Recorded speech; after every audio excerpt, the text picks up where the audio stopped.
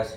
We're back out here in the trailer with the dragster, and I thought, as I alluded to in the last video, I thought the next cool thing that we could talk about is the burnout timer and the line lock features in the Elite 625, which are pretty cool.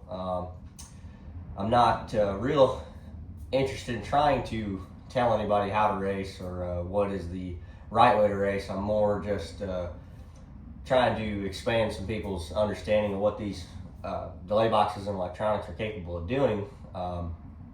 But I think before the end of this video, it'll be pretty clear what I think is the right way to race and the way that I race, and the benefits that I get out of using this delay box and the way that I use it. But for the moment, we're just going to talk about what it is capable of doing, and you can come to your own conclusions on how you would like to use it. But the couple cool things that relate to the line lock in the Elite 625 that are new, or at least different than the way the older delay boxes were, the 450 and the Elite 500, which was the biggest and best delay box for a long time until the Elite crossover in the 625 and even the 475. This delay box has the fully adjustable burnout timer, and now it has a dedicated output for the line lock. It used to be back in the Elite 500 and the 450 days, you had the SFO, which was selectable function output, and you had to choose what you wanted the SFO to do. You could do a variety of all kinds of things, but you could not get it to do everything that you wanted to do. You had to give up one thing or another thing to get it to do that. Whereas now in the 625, it will do every function all the time. You do not have to sacrifice one thing that you want to get another. So in the Elite 500, a common thing was you couldn't run starting line enhancer at the same time as you had the line lock tied to the transbrake. That is now changed to where you have a dedicated line lock, you have a dedicated starting line enhancer. Everything is got its own settings and is active all the time. So that's huge. I'm a guy that likes to have a starting line enhancer in my delay box cars, and I get a lot of value out of that, as well as having a line lock tied to the transbrake. The burnout timer is obviously not applicable in this car. It's a dragster. We don't have front brakes. We don't do stationary burnouts, but it's a huge tool in a door car. I think it's been something that I've used religiously for about 5 years or so now, and I count it as being a big part of my program, my burnout, making my burnout very consistent run to run. So we're gonna go ahead and we're gonna get in the car. Again, this will be real nice and simple. We'll go over the burnout timer and just activating the line lock tied to the transbrake, whether you want that on or not. And we'll come up here and we'll look at how I actually physically have this plumbed, and it's very simple. It's not all that involved at all, but it is a cool feature in the delay box, new for these later model delay boxes, to not have to give up something else to get the line lock functions to work. So we're gonna go ahead and we'll get in the car and we'll go over what it takes to run all those features real quick. So, all right, so we're back down in here in the undercover car, and we're gonna go ahead and turn the power on, get the Elite 625 fired up, and we'll real quick run through all the features and how to arm the line lock tied to the transbrake, and go over how exactly the burnout timer works and what value can be had out of that. So we'll go ahead and we'll get her powered up here, and we'll go through the setup screens here. We'll get through the home page and your bump down screen. So we're on screen 3 here, and down here at the bottom we'll get down here line 4. This says burnout here. So this is really everything tied to your line lock. Now it says 00, we got no time in it. This is where you're going to tell it what you want in the burnout timer. So again, as I said, this is dragster. We got no front brakes, so the burnout timer is not advantageous in this car at all. But for the sake of conversation, we'll say that we're in my door car that I do use it in. And so you would put time in here. So we'll clear this and we'll say we got 3 seconds in here. And now, because we have a tack wire hooked to the delay box, the delay box is now going to start this timer when the engine revs up above 3,500 RPM. So in practice, the way this would work is you would roll through the water, stop, pump the brakes up, set the line lock, just like you always do. And once you set the line lock switch, you can take your foot off the brake and actually take your hand off the switch, and the brake pressure will hold. So you can be sitting there, no foot on the brake, no finger on the switch, and the car won't go anywhere. And once you rev the engine up above 3,500 RPM, the Elite 625 will start counting down from whatever your value is here in the burnout timer to zero. At zero, the front brakes release and the car will obviously drive forward. The advantage to this is always doing the exact same stationary burnout. It's my opinion that that's one of the most inconsistent parts about our racing is we rarely ever are able to do the same burnout twice. So this makes it to where at the very least you're always going to do the exact same length of time stationary burnout. So 3 is a tremendously long time. That does not sound very long, but in a door car doing a burnout, sitting there for 3 seconds is paramount to eternity. So we'll go ahead and clear this, get 0 back in there because, again, dragster, we don't use it for that, but I do use it religiously in my door cars. Big fan of it. It just, for me, takes one factor out of doing the burnout and trying to make it as close to exactly the same as I can. Now, the length, the duration, as far as how far I drive it out, is up to me and the conditions and what I'm trying to accomplish. So, but this part, when you have this active, tack wire tied to the delay box, and you have the burnout timer time in that setting, it will function and you will be able to set the line lock, take your finger off the switch, and the car will not go anywhere until it revs up above 3,500 RPM. Now, the other function of the line lock, like I said, is the tying the line lock to the transbrake on the starting line. So this is, again, very simple. All we do is we're on line 4 still. You can see the up-down arrows are on line 4. All we're going to do is turn the up arrow on, and now it says L, which is line. So the line lock will now function in conjunction with push button 1 on the starting line. So you set the transbrake, you go full stage, you set the transbrake switch, take your foot off the brake. It's going to hold whatever that last amount of brake pressure that you had until the car takes off.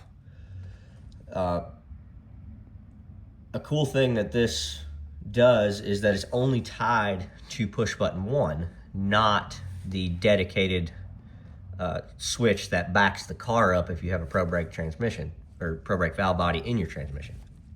Meaning that typically in the past, when we have the line lock wired to accomplish this goal, we either have a diode or a switch or something to basically arm it so that it will work. Well, what that means is that if you back the car up with the same switch that you launch the car with, the line lock solenoid is going to activate every time you try to back the car up unless you have a switch that you turn on and off.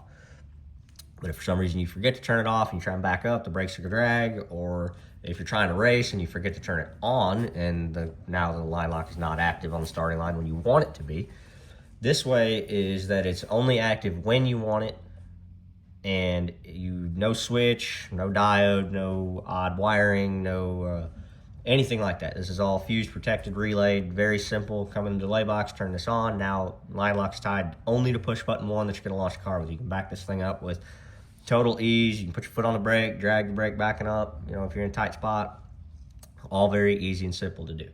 So I race with it on. I'm a believer that this is makes my program better. And so in an effort to not bust anybody out for their cars moving, I actually, in the testing that I had referenced in the first video, I made some runs with the line lock solenoid turned off in that setting there. So I made some runs with it on and I made some runs with it off, and this car's got less than 50 runs on it. It had a fresh band adjustment when I did this. It's got top of the line transmission fluid in it, up to temperature. good transbrake solenoid, everything that you could have that could be a weak link in the staging process of setting the transbrake and keeping the car from settling or moving is taken care of. I have good transmission pressure, over 220 pounds of transmission pressure. It's got a reed case in it. Everything that could be traced to why a car would settle has been covered and has been accounted for. And you will see, I'll attach a couple of videos, a run with the line lock on and a run with the line lock off, and you will see that even with everything as tight and well adjusted and as can be, the car still moves. So that to me is just not acceptable the way I like to race. I don't think it does any good to stage good and shallow and real careful, and then you set the transbrake, take your foot off the brake, and the car is not where you left it. It moves in or it moves out. If you're a guy that likes to put it in at 800-900 RPM, real nice and low, it's typically going to back up. And now you're not staged. A lot of these big races do not have stage lock active. So you don't have that as a crutch to save you. If you like to run it in there at real low RPM and you don't have a lot of transmission pressure, it's going to settle backwards. If you're a guy that likes it idled up a little bit higher, you like that firm feel when you're staging, is all good. It's going to go forward when you set the transbrake, but now it's going to go forward a different amount every time you do it. I'm of the belief that it will never move the same amount twice. If you make 10 runs in a day, it's going to roll 10 different amounts every single time. So I personally raced this way for a long, long time with the line lock tied to the transbrake and never had an issue. I have driven several other cars for extended periods of time, both with it and without it. So I've got documentation of how good I was before we tied the line lock to the transbrake and how good I was after the fact. And I got better every time that we tied the line lock to the transbrake. Multiple tracks, multiple cars, all the variables accounted for. Personally, in my racing, I see more value to having the line lock tied to the transbrake than not. So that's a real world application of it, the way I feel about it. But that's not really the point of this. The point of this was just to show you that how easy it is to have this burnout timer function. If we were going to have front brakes and we were going to do a burnout like that, it would have whatever our value would be, however long we want to sit there and do a stationary burnout. And then all you do to turn the line lock on or off and have it tied to the transbrake is just use the up and down arrows so you can turn that on and off. You can have it all plumbed and wired for this, and say you come to the conclusion that you don't like racing with the line lock tied to the transbrake. All you do is turn this off, and then it's like it's never there. There's no interference with the way the car would otherwise work. So we'll go up front now. We'll look at the way I plumbed this. It's nice and simple, real easy. You got a good line lock solenoid. Very simple wiring. Like I said, this delay box has the relay board in it. There is no wiring going to the side of the delay box here. It's just got the serial cord going up to the relay board. So we'll head up that way and we'll take a quick look at exactly how I got this plumbed, the master cylinder and the location of the line lock solenoid and how we're accomplishing all this. So we'll head up that way now. All right, so we're up here at the front end of the car, in front of the driver's foot box area. We got all the electronics here. This is the relay board for the delay box. So as I said just a moment ago, the Elite 625 does not have any wiring going up to the delay box. It just has a big serial cord, and all your component wiring comes down here to the relay board. It's all fused, protected, very simple, very clean, remotely wired away from the delay box and the dash. So very easy to work on and diagnose problems through. And so we've got that up here. That's where your line lock wiring, your tack wire, and everything related to that to make this program work is going to go. And here we've got the Wilwood master cylinder and a line lock solenoid. This is pretty standard Wilwood master cylinder. It's typical dragster stuff. For a long time, this car had a 7/8 master cylinder in it, which is common amongst a lot of dragsters that they run on the foot brake. But I never cared for how this car stopped. This car always had a really hard brake pedal in it, and never really was very aggressive stopping. It was a little bit difficult to stage. And especially back in the quarter mile days, it was a little bit involved to get it to stop. So when I put it back together, I still wasn't happy with the way the brake pedal felt and the way the car stopped. And my dad, coming from the motorcycle world, is a lot more knowledgeable than I am on what it takes to get a good pedal and get any vehicle to stop well. He did some research, and we came to the conclusion we were going to change the bore size in the master cylinder. This is now a 3/4 bore, and it completely changed the drivability of the race car. The brake pedal got night and day better. You got a lot of feel to it. You can stage the car really nice. It stops really well. Typically, I race a lot of shorter 1/8 mile tracks, and while this car's not rotating the earth fast, it is fast enough to it'll get your attention. And I neutral it and shut it off after the finish line, so you got no help from the engine to slow down. So you're relying all on the brakes. This car's just got single strange calipers in the back. But changing that bore size was just a night and day difference to get this car to drive good. So that's a huge plus, is taking just a moment to kind of analyze your braking system. But this is really where the magic happens as far as what we're talking about here. This is the line lock solenoid. This is a Moroso style line lock solenoid from Beyond Racing Products. And because this car only has 2 brakes, it has obviously nothing up front and single calipers, about as simple as you can make the braking system in a dragster. I wanted as simple of a line lock solenoid as you can get. I didn't want to get a Hurst or anything like that with multiple ports and having to do some more involved plumbing on it. This is just simply 1 port in, 1 port out. Got our steel line going through the chassis back here, plumbed all the way to the back of the car before it goes to the stainless soft line to the calipers. So very simple. The only thing to take note of is if you were going to go this route and run this line lock solenoid, is just making sure that the direction is right.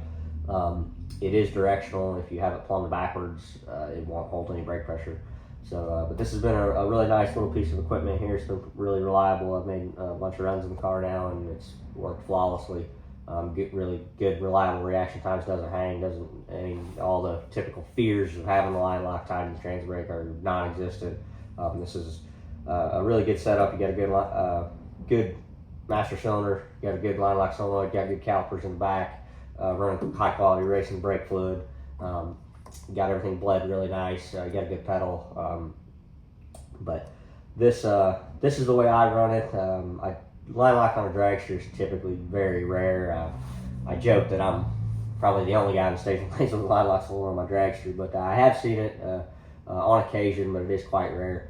I guess the line of thinking most people come to convince themselves of is if a dragster's going to roll, it's going to roll less than a door car, so it's not. They're a lot lighter, and the engine in the back, it won't roll as much as a door car does. So this is a problem that they're not worried about. But I do not subscribe to that thought process. I don't think the car should move at all.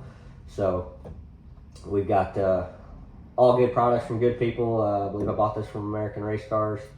This was from Beyond Racing Products. We got again good steel line going to the back. Got good Earl's stainless lines going to the calipers. Got everything all working properly, and this is really all it takes to make any line lock related function in the Elite 625 work. So very simple to make the burnout timer work, very simple in plumbing and physical components to get this whole program to work. So if this is a route that you were interested in going or wanted some feedback or just any type of showcase on what it would take to efficiently run this program, this is about as simple as you're going to get it, and it's about as reliable as you're going to get.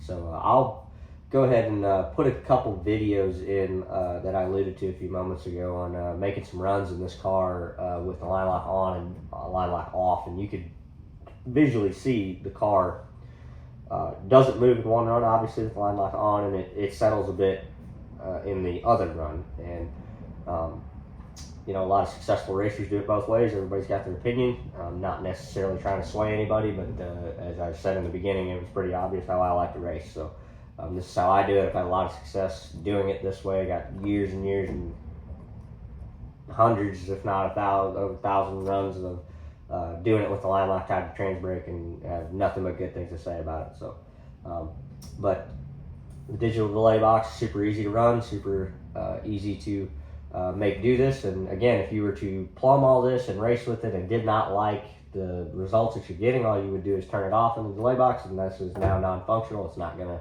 impede your ability to drive the car without it in any way, shape, or form. So that's all we got. I'll try and come up with some more ideas and some cool stuff, whether in the delay box or not, that we can go over this winter and keep ourselves occupied before springtime comes around and it's time to go racing again. So hopefully you guys enjoyed this and got some value out of it, and I might go ahead and try and do another one soon.